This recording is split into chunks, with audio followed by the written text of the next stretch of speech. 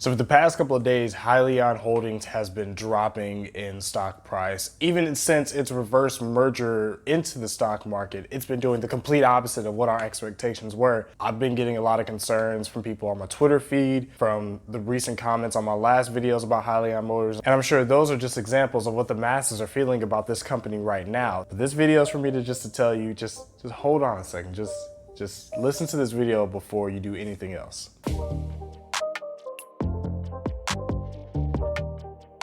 What's going on, guys? I'm Darren Jackson. Hopefully you're having an amazing day so far. And I talked about Hyliion a couple of months ago and how excited I was into investing into this company, even back when it was just Tortoise Acquisition before the reverse merger happened. And a lot of people were excited with me, and it really hasn't done what we thought it would. Ever since the reverse merger happened and Hyliion Holdings introduced itself into the New York Stock Exchange, it's pretty much dropped. It had about average highs of $40 to $50 a share, and I believe currently it's at $26 a share. I'm sure a lot of people are concerned about the potential losses that they could have or the losses that they do have, so they just want to cut all ties with Hyliion to prevent any further damage. But guys, I don't think you should worry so much. So in this video, I want to ultimately share you my personal opinions on why you shouldn't sell Hyliion just yet, but I want to make this more of a broader video. So we're going to talk about, again, in my opinion, based off things that I've done, 4 steps that you should take whenever you see a stock price suddenly drop, and it continuously drops. And we're going to use Hyliion Motors as an example. So step 1, and you can almost call this step 0. This is something you should be doing all the time when it comes to investing in stocks, let alone when a stock has a drastic change. Don't freak out. Maybe it's easier said than done, but you shouldn't apply emotions when it comes to investing, because this is your money at stake here, and you being emotional about your decisions can result in you losing a whole lot of money more so than it can you gaining money. I'm sure it's easy to get really scared when you see a certain amount of money that you invested into a company or an ETF start to dwindle down towards zero and get really nervous about it and want to pull out. But there's a lot of other things you need to figure out before you decide to take that money out, because that could be the bottom and you could have bought in and you just lost your opportunity to make more profits and for it to not only go back to where it was, but to exceed it. And you definitely don't want to lose that opportunity. There's a quote, I believe, by Warren Buffett. This is me paraphrasing it, but he basically says when other people get fearful, that's your time to get greedy. So that may be one of your times, but you have to go on with these next couple of steps. Step 2 is to understand how the stock market works. There are 2 famous quotes that people recite for any situation. One being actions speak louder than words. The other one being the pen is mightier than the sword. I think when it comes to investing, they both have a play in it. So as far as stocks go, they can increase and decrease by a few different situations. As far as the actions, a lot of people participate in what's known as options trading, which I don't know a lot about, but I'll link some people below that actually talk more about that. But based on the decisions they make, they alone can adjust the price of specific sectors and specific stocks and make it look like there's a lot of good news or bad news from the company when they're just trying to make a large profit. More importantly, what drives the stock market up and down more than anything is the words that's spoken. Now, of course, that's based off news that happens within the company, whether they have some sudden change within the company for the better or the worse. Somebody hears about it and they broadcast it on the news and people talk about it, and that results in the actions that you take, whether you buy more because it's good news or you sell more because it's bad news. Simple supply and demand. So you have to make sure you keep that in mind. And with Hyliion, that's kind of what's happening. A lot of people are doing options trading with this company, potentially at least, and there's specific news or types of news that's going on with Hyliion that's making people, to say the least, uncertain. But we'll get to that in just a second. The third step, and the thing I believe you should always be aware of, no matter if you're a swing trader, options trader, day trader, penny stockholder, or a long-term growth and dividend investor like I am, do you believe in the mission? That's a question you need to remind yourself of. I believe the first thing that anyone should do when it comes to investing, the first thing that I do before I invest in a stock, is read their mission statement. What is this company all about? So with Hyliion, for example, they're just one of many EV companies that is trying to do their part to reduce CO2 greenhouse emissions within the earth. They want to make sure this earth lives a long, clean life and climate change doesn't happen and the world just doesn't catch on fire. That's really dramatic, but that's pretty true. But what I really like about Hyliion Motors is their approach to it.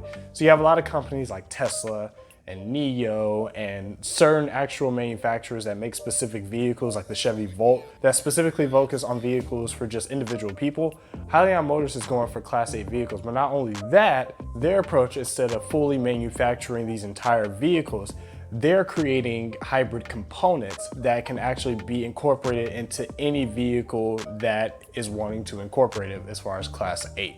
So I really do appreciate that approach, and the fact that they're using renewable carbon natural gas, which is emitted in farms and other stuff like that. So instead of it going into the atmosphere, they're collecting it and it's going into their tanks and powering their batteries.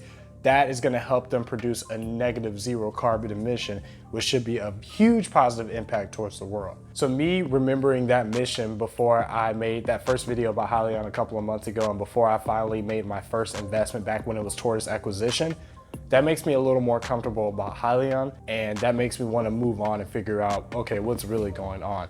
And that leads me to step 4. What's going on in the news? So at this point, you're a little calmer, you understand how the stock market works, and you believe in the mission statement, especially with that step, because in my personal opinion, if you don't believe in the mission that the company has, you shouldn't invest into. And that's something I'm still working on with a lot of my stocks, but lately, that's why I've been following, especially before I make that initial investment to create my position. But at this point, it's time to research the news. Even though I've already said that actions speak louder than words when it comes to investing, I also believe that the pen is mightier than the sword. So a lot of news and a lot of words that are said about specific companies that you're invested in can determine what happens to the company. And what's pretty interesting with Hyliion Holdings is there's not really any bad news. Okay, so there was one, but this is even before the merger happened, and that was based off a certain aspect of the agreement with the investors that they disagreed upon. Even though they ultimately disagreed on the merger and that was gonna happen, that kept it from happening at a certain period of time. Now, I do believe that that created a crutch within the potential growth that Hyliion had. At that point, it grew from mid-20s, which was around my initial position, up into the $50 range. It could potentially increase more. People thought by the end of the year it was going to hit the triple digits, but once that happened, people were really concerned if the merger was going to happen, which if you read the news, you shouldn't be concerned about that. The actual concern that I had as well was when it was going to happen.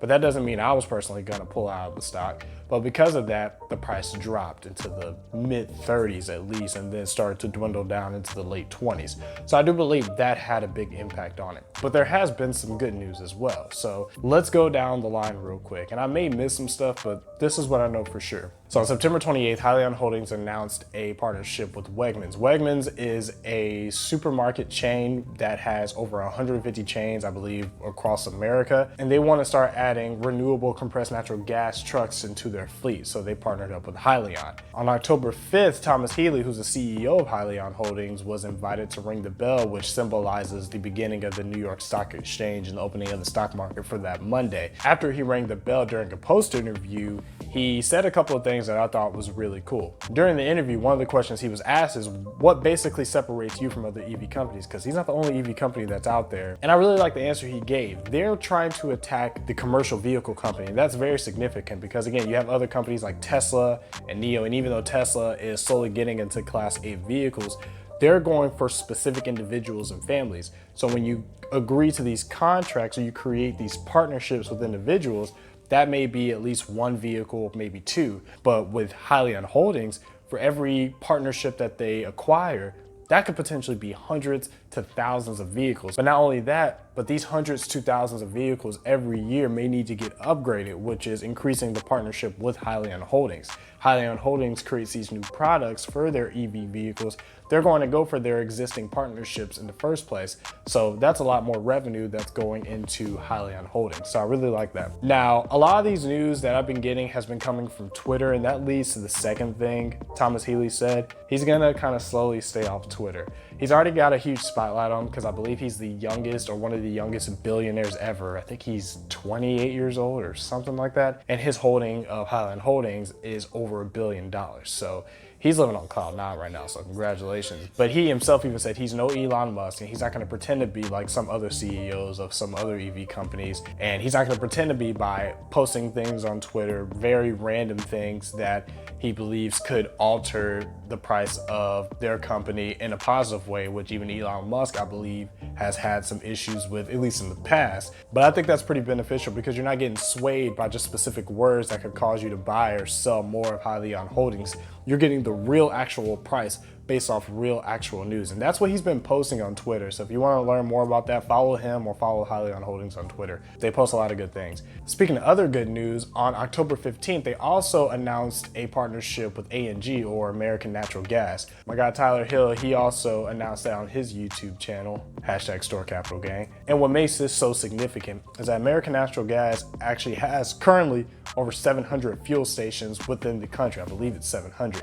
So their promise is, especially in nearby areas where companies are utilizing Hyliion Holding parts for their Class 8 vehicles, they're gonna make sure they build gas stations that provide up to 100% of RCNG fuel for those trucks. On top of that, they also agreed to a sales contract that includes up to 250 Hypertruck ERXs to make the RCNG fuel from ANG accessible to those trucks for people that actually purchase them. So I really feel like that helps with Hyliion's infrastructure situation, because you're partnered up with a company that already has it. That can only make things more profitable as this company continues to grow. So all in all, guys, with that being said, I'm definitely going to continue to hold on to this company. It's reaching lows right now. For me personally, that is more opportunity to buy, because again, it's going down, but nothing bad is happening. Nothing bad's been announced. It's all been good news, or just really no news, not a lot of consistent news. So I personally will be buying more. I currently have about 6 shares right now, and I'm going to be really excited to hold on to this for the long run. I think it's going to be super profitable once they bring out the Hypertruck ERX, which should be happening sometime at the end of next year. So by 2022, they should be out. And I see a lot of profit happening, especially with that and their relationship with Wegmans and ANG and the other relationships they had that I announced, like with Return It. So I'm holding on to it. Hopefully you guys do the same thing, but obviously it's your portfolio, so do what you want. So make sure you follow those 4 steps. It is coming from me, who is fairly a beginner investor in comparison to other people. It's not perfect, but I feel like it could help you set off on the right path. But let me know what you guys think, and make sure you watch some of these other videos, which I hope help you on your investing journey as I have in mine. I appreciate you guys watching, and until next time, take care.